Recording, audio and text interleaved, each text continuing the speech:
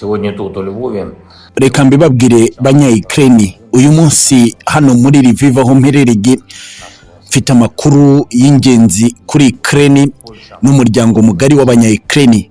Nagize inama n'inyabutatu yacu mu buryo budasanzwe hagati ya Polonye na Lithuania hamwe natwe. Igihugu cya Polonye cyafashe umwanzuro wo kudushyigikira ku rugamba kitwemerera burende zikomeye zishobora guhangana n'igisirikare cy'Uburusiya, kandi mfite n'andi makuru akomeye shaka gushimira Perezida Duda na guverinoma yose ya Polonye ndetse n'abaturage bose ba Polonye. Lithuania yo yatwemereye ubwirinzi bukumira ibisasu biraswa n'indege z'intambara z'Uburusiya. Izi zari intwaro dukeneye cyane mu kurinda ko tukomeza kugirwaho ingaruka na drone za Iran zikoreshwa n'igisirikare cy'Uburusiya mu gusandaza byinshi birimo ingufu z'amashanyarazi zacu. Ndetse kandi reka nshimire Perezida Gitanisi ndetse mubwire ko umwanzuro yafashe wo gushyigikira Ukraine kuva ku itariki 24 z'ukwezi kwa kabiri umwaka ushize ubwo twagabwagaho ibitero n'Uburusiya, kugeza uyu munsi yatwijeje ikintu gikomeye ko azadufasha kugeza ku ntsinzi. Lithuania kuri twe twavuga ko ari icyubahiro gikomeye. Uyu munsi kandi numvise mfite icyizere nanone ko Perezida Andrzej Duda wa Polonye na Gitanisi bose baje ngo dushyire hamwe tugarure umutekano wa Ukraine, ndetse kandi tunabungabunge umutekano w'Uburayi, tugarure ubuhangange mu karere kacu. Nzi neza ko tuzagarura amahoro. Ubutegetsi bwa Moscow bwa Vladimir Putin buzahomba kubwo kudusembura bugamije guhungabanya umutekano n'ituze mu baturage bacu rwagati, kandi nzi ko bizakunda nidufatanya muri ubu butatu bwacu. Ndashimira buri umwe wese ukora icyo ashoboye kugira ngo tubone intsinzi. Nkashimira umuntu wese udufasha kugira ngo umutekano wa Ukraine ugaruke. Ndabwira buri umwe wese wumva ko injyana nyakuri y'abanya-Ukraine ari ukugira ngo tugarure ituze n'umutekano by'abene igihugu kurenza ikindi kintu cyose. Twe twaryamye kuri byinshi kugira ngo duharanire ubwisanzure bwacu nk'abanya-Ukraine. Twatakaje ubuzima bwa benshi, twatakaje byinshi, igihugu cyacu cyabaye umusaka, ariko tuzakomeza turwane kandi nzi ko tuzatsinda. Kuba ibihugu bito biri gufasha Ukraine ni inzogera ikomeye ivugira kuri guverinoma zikomeye z'ibihugu byitwa ko byagakwiye kuba bidufasha kubona intsinzi biri gutinya kwigaragaza birengera inyungu zabyo. Ndashimira cyane ibihugu byumva ko Ukraine ikeneye umutekano n'amahoro, ndetse n'abanya-Ukraine bakwiye kuva ku rusaku rw'ibiturika bakareka kugirwaho ingaruka n'ibitero bihambaye by'igisirikare cyo mu kirere cy'Uburusiya. Uko bizagenda kose tuzaryama ku gihugu cyacu kugeza ku maraso y'umunya-Ukraine wa nyuma. Iri ni ijambo buri munya-Ukraine akwiye kuba yumva akumva riri mu mutima. Nzi ko tuzatsinda. Icyubahiro ku gihugu cyacu.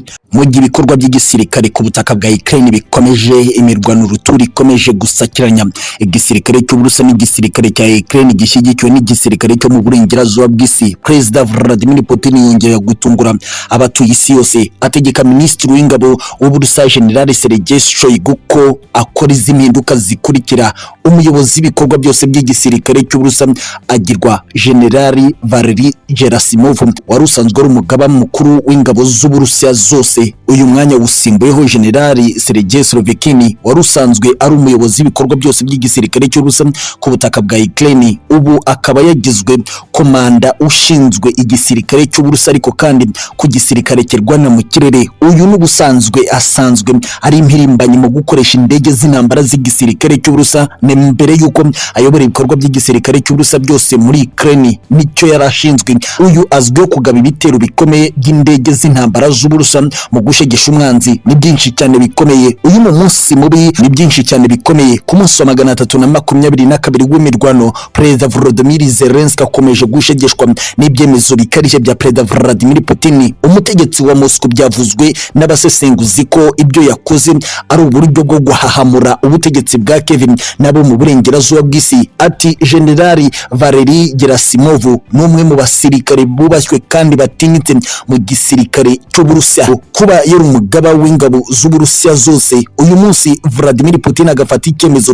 cyo kumujyana gukorera ibikorwa byose by'igisirikare cy'Uburusiya ku butaka bwa Ukraine, nikigaragaza umuhate n'ubushake n'ibyifuzo Perezida Vladimir afite kuri iyi ntambara ya Ukraine. Ati Vladimir Putin icyo yemeje kigeraho, ntabwo ashobora gufata icyemezo nk'iki gikomeye cyo kongera amaraso nk'aya mu ntambara ya Ukraine agamije gutsindwa. Vladimir Putin abasesenguzi bakavuga ko ibi byemezo ari kubifata mu rwego rwo kugira ngo agere ku ntsinzi vuba na bwangu. Abasesenguzi mu bijyanye n'intambara ya Ukraine bavuze ko Perezida Vladimir Putin yifuza ko nibura intsinzi igera mu kwezi kwa gatatu yamaze kwibona mu biganza bye, ariko kandi ku rundi ruhande bikavugwa ko Zelensky yamaze guhamuka bigendeye ku byemezo bikarishye biri gukomeza gufatwa n'igisirikare cy'Uburusiya bigamije kumushegesha ndetse no kumwambura ububasha bwose afite ari gukoresha ari guhabwa n'uburengerazuba bw'isi. Leta Zunze Ubumwe za Amerika binyuze muri Pentagon, Minisiteri y'Ingabo y'iki gihugu yanze kugira ikivuga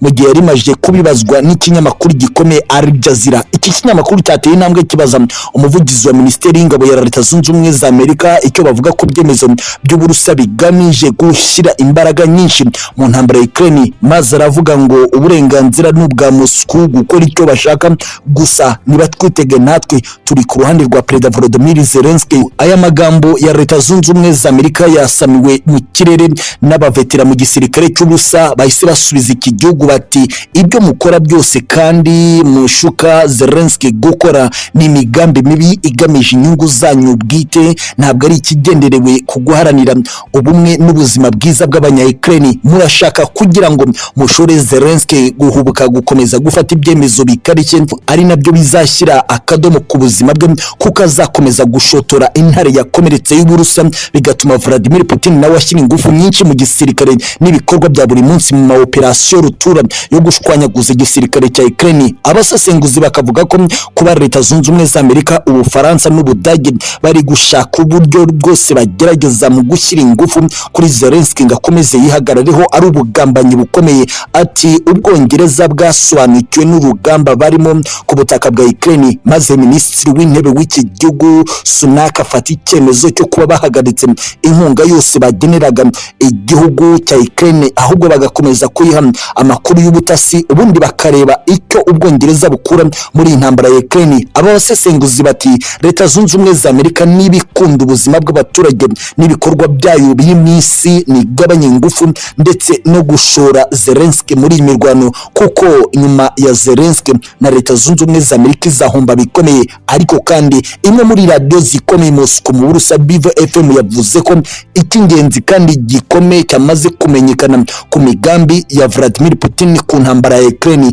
Ati arashaka intsinzwi ntayashaka, niyo mpamvu yashyize imbaraga nk'izi muri iyi ntambara ya Ukraine. Ku kibuga cy'imirwano ku mirongo y'imbere ku rugamba, amakuru avuga ko Perezida Vladimir Putin yashimishijwe na raporo yakiriye yuko ingabo z'Uburusiya zikomeje kugarura umutekano mu gice cya Donbas kirimo Donetsk na Luhansk, Zaporizhzhia na Kherson, nabyo bikaba biri kugeragezwa uburyo bihabwa umutekano hamwe nk'ibice by'Uburusiya